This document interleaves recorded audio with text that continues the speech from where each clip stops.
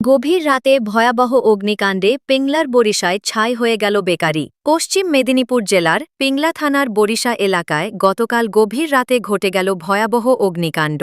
স্থানীয় সূত্রে জানা যায়, রাত প্রায় 12:30 নাগাদ এক ব্যক্তি দোকান বন্ধ করে বেরোনোর সময় হঠাৎ পাশের বেকারির ভিতর থেকে ধোঁয়া বেরোতে দেখেন। মুহূর্তের মধ্যেই আগুন বেড়ে যায়।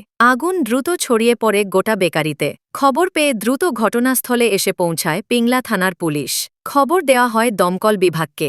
দমকলের একটি ইঞ্জিন এসে বহু প্রচেষ্টায় আগুন নিয়ন্ত্রণে আনে, তবে ততক্ষণে বেকারিটি সম্পূর্ণ পুড়ে ছাই হয়ে যায়। আগুন লাগার সঠিক কারণ এখনও জানা যায়নি। ইতিমধ্যে পুলিশের পক্ষ থেকে ঘটনার তদন্ত শুরু হয়েছে।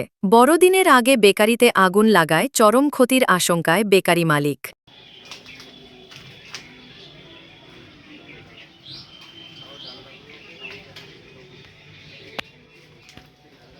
ঘটনাটা হচ্ছে ওই 12:30টার দিকে ইলেকট্রিক শর্ট সার্কিটের জন্য কারখানাতে আগুন লেগে যায়। তারপর আমি ভিতরে ছিলাম, তখন বুঝতে পারিনি। যখন কারখানার পাশে যখন সবাই জাগে এবং থানা স্টাফ যখন আসে, আমাকে যখন ডেকে যখন তুলে, তখন আমি বুঝতে পারি। তারপর দেখি না, উঠে সব কিছু মানে পুড়ে ছাই হয়ে গেছে। তারপর ওই কিছু ওই ডালডা ছিল, তারপর ওইটার জন্য বেশি হয়েছে, মানে আগুন লেগে বেশিক্ষণ জ্বলে পড়েছে। আর ইলেকট্রিক শর্ট সার্কিট হচ্ছে মেন। আর কাঁচামাল কিছু ছিল নষ্ট হয়েছে, কিছু টেবিল নষ্ট হয়েছে, আর ইলেকট্রিক কিছু মোটর এইসব কিছু নষ্ট হয়েছে।